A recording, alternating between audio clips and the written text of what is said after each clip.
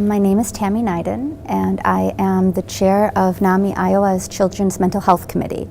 We're trying to help parents because a lot of us have reached out to NAMI because we know NAMI's name, National Alliance of Mental Illness, but most of the support groups have historically been for adults, and so there are parents there, but with adult children.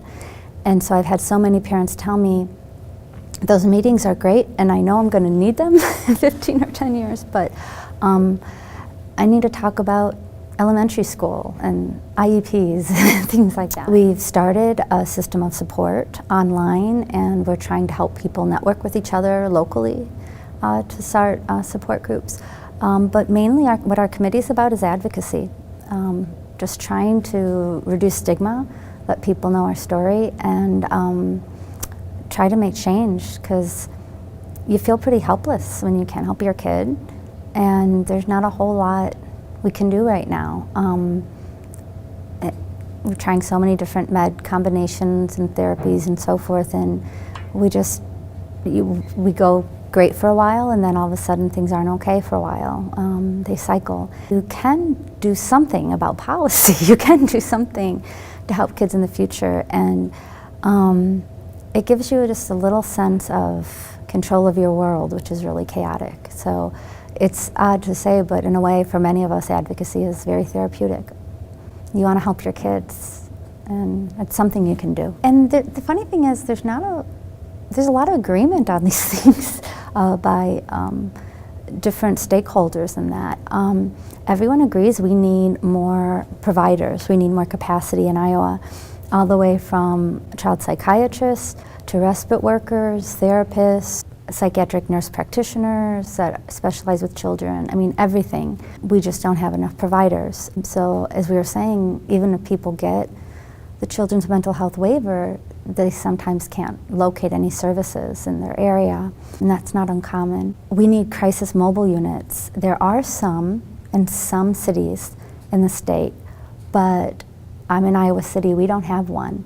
So when a family is dealing with a child who is becoming violent or is having psychosis or needs to be de-escalated in some way, the only option is to call the police, and that's not always appropriate. I mean, and often it's just going to escalate everything higher. Having trained professionals come to your home and calm them down and assess the situation, it's such a useful thing, and it can cut down on mental illness is the funny thing, because it's almost like it's catchy. A lot of siblings, a lot of parents end up with post-traumatic stress disorder from things that are happening in the home because of that one child's mental illness.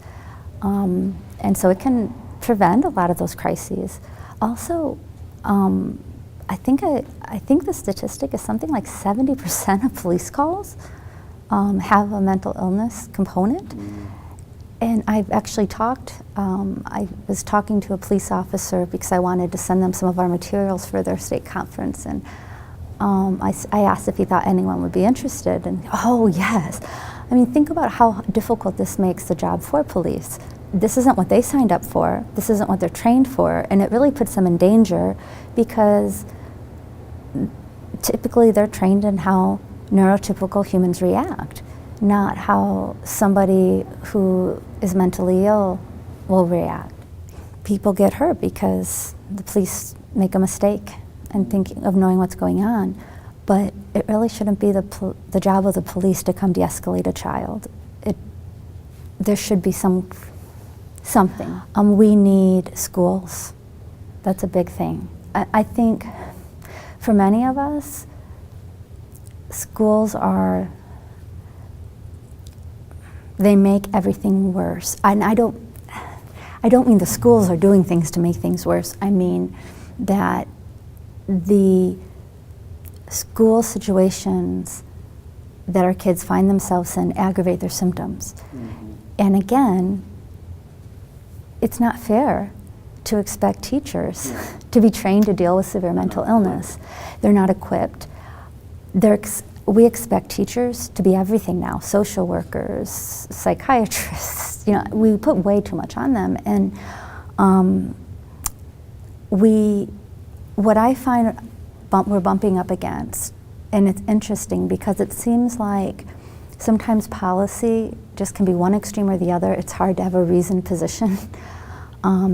It's really great, and I'm all for it, that we have an inclusion model, that we want to do everything we can to have the most inclusive environment for our children. But FAPE laws are for free and appropriate public education. And there are some kids who cannot handle it. It makes their symptoms worse. And I know of one, but recently I heard there's another one. I do know Council Bluffs has a therapeutic school. I want to be careful, that phrase therapeutic school is thrown around a lot, but a lot of times they're military schools, they're not trained, they're not therapeutic at all. They're just basically thinking they can discipline. And maybe for some behavior problems that works, but it doesn't work for mental illness. I do know in Council Bluffs there's a school. I feel like if my son had that, because most of our problems... But there's just one in Iowa. Yeah, and it's like 5 hours away from us. Again, it's hard to get information, as we were talking about earlier today. Even from, you know, I'm starting to be on other committees and talk to people who have been working on this stuff for a while, and even talking to legislators and so forth in the DHS. It's hard to get answers. It's almost like nobody knows what the system is. And the last people you can ask are doctors. One thing that we would like to see happen is some standardization in the medical practice in Iowa, that not only would there be standard screening during wellness exams for mental illness, as well as for school physicals and so forth, but also that a standard that when a doctor delivers a diagnosis to you of a mental illness, they have something to hand you about local resources. Because all of our medical providers have been shocked to learn what I've been learning through this advocacy and bring back to them. They really think you just call up DHS and you get these services, and they really don't know what the waiting lists are for the other therapies. And some of our kiddos need occupational therapy, speech therapy, cognitive behavioral therapy, music or art therapy, social skills. I mean, there have been years where I've had 5 weekly appointments for my son, you know, or a couple years. And it's really hard because you never know what is making a difference. But you just have to go with evidence-based practices that look at the statistics and long-term and hope that it's going to work for your kiddo.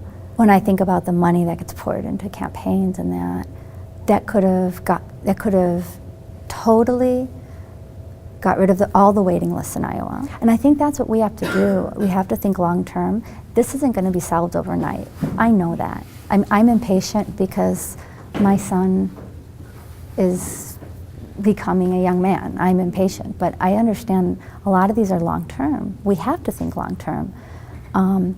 We can do some things in the meantime, like have some kind of standard training for all pediatricians and all family practitioners in Iowa, because they're usually, and nurse practitioners, because they're usually the first person. A lot of kids will never see a pediatrician in Iowa because they're in a small town and they go to the family doctor. My child has Tourette's, and I have been astounded by how many medical professionals I've talked to who have very big misconceptions about it. By the way, the CDC has free training for health professionals on Tourette's, so I hope they continue to have the funding to keep doing that. I always tell doctors, therapists, and so forth. I wouldn't wish this on anybody. Most families are from Earth and ours is from Jupiter, and I'm tired of hanging out with Earthlings. The ones from Jupiter are just so much more comfortable being around now, and I'm like, that's true because when I'm around the Earthlings, they often complain about the most mundane things and can be petty, and I'm not saying I haven't been like that, but when you live with this, and it's a child especially, because what could a child have done to bring this upon themselves? None of that seems important. Many people, as soon as mental illness is brought up, especially with children, they get so uncomfortable they can't talk about it. And sometimes it's just because they want to say the right thing and they don't want to say the wrong thing and they don't know what to say. And I would tell them, say what you would tell to a parent who has a child with physical illness, because it's a brain illness, it's physical, with behavioral and emotional manifestations. You know, bring them a casserole, go talk to them, offer to be support when they need it. They're just human beings, and problems are problems. Sometimes I have friends, and it annoys me, and I keep trying to correct them, who say, oh, I can't tell you about this, it's nothing compared to what you're going through. And I'm like, please do. It's nice to help someone else. You know, it's nice to be like the one who can listen. And so, you know, mental illness is just something that happens. It's part of life. It has always been part of human life. Some societies have done much better at handling it. Some Native American cultures have really done nice jobs of actually honoring it and things like this. I think one important message, and this is true of all disabilities, is they're all context dependent. A lot of my son's disabilities would not have been disabilities if we lived in an agrarian society where he wasn't expected to sit still inside, where he was expected to do a lot of physical things outside all the time. Not everything, but the things that he has would have just been quirky. You see what I'm saying? They wouldn't be so aggravated by so many things. A lot of these kids, what they really need is the right environment. And that's where the proper school would make a big difference. They need a therapeutic environment, they need a trauma-based environment. The behavior model just doesn't make sense for a lot of these kids.